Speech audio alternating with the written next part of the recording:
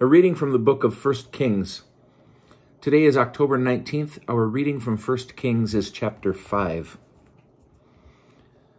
Solomon's rule extended over all the kingdoms from the Euphrates to the land of the Philistines and the boundary of Egypt. They brought Solomon tribute and were subject to him in all his life. Solomon's daily provisions consisted of 30 cores of semolina, 60 cores of ordinary flour, 10 fattened oxen, 20 pasture-fed oxen, 100 sheep and goats, beside deer and gazelle, roebucks, and fatted geese, for he controlled the whole region west of the Euphrates, all the kings west of the Euphrates from Tipsah to Gaza, and he had peace on all his borders round about. All the days of Solomon, Judah and Israel from Dan to Beersheba dwelt in safety, everyone under his own vine and under his own fig tree. Solomon had 40,000 stalls of horses for his chariotry and 12,000 horsemen. All those prefects, each during his month, would furnish provisions for King Solomon and for all who were admitted to King Solomon's table. They did not fall short in anything. They would also, each in his turn, deliver barley and straw for the horses and the swift steeds to the places where they were stationed. God endowed Solomon with wisdom and discernment in great measure, with understanding as vast as the sands on the seashore. Solomon's wisdom was greater than the wisdom of all the Kedemites and than all the wisdom of the Egyptians. He was the wisest of all men, wiser than Ethan the Ezrahite and Heman, Chalcol, and Darda, the sons of Mahal. His fame spread among all the surrounding nations. He composed 3,000 proverbs, and his songs numbered 1,005.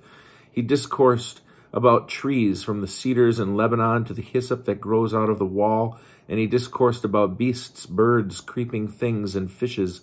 Men of all people came to hear Solomon's wisdom, sent by all the kings of the earth who had heard of his wisdom. King Hiram of Tyre sent his officials to Solomon when he heard that he had been anointed king in place of his father, for Hiram had always been a friend of David. Solomon sent this message to Hiram. You know that my father David could not build a house for the name of the Lord his God because of his enemies that encompassed him, until the Lord had placed them under the soles of his feet. But now the Lord my God has given me respite all around. There is no adversary and no mischance. And so I propose to build a house for the name of the Lord my God, as the Lord promised my father David, saying, Your son, whom I will set on your throne in your place, shall build the house for my name. Please then give orders for cedars to be cut for me in the Lebanon.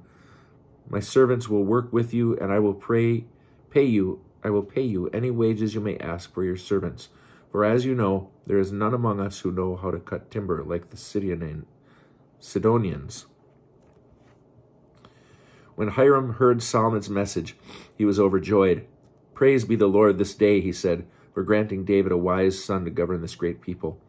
So Hiram sent word to Solomon, I have your message. I will supply all the cedars and cypress logs you require. My servants will bring them down to the sea from Lebanon, and at the sea I will make them into floats and deliver them to any place that you designate to me. There I shall break them up for you to carry away. You in turn will supply the food I require for my household. So Hiram kept Solomon provided with all the cedars of cypress and wood he required, and Solomon delivered to Hiram 20,000 cores of wheat as provisions for his household, and 20 cores of beaten oil. Such was Solomon's annual payment to Hiram. The Lord had given Solomon wisdom he had promised him. There was friendship between Hiram and Solomon, and the two of them made a treaty. King Solomon imposed forced labor on all Israel. The levy came to 30,000 men. He sent them to Lebanon in shifts of 10,000 a month. They would spend 1 month in the Lebanon and 2 months at home. Adoniram was in charge of the forced labor. Solomon also had 70,000 porters and 80,000 quarriers in the hills, apart from Solomon's 3,300 officials who were in charge of the work and supervised the gangs doing the work.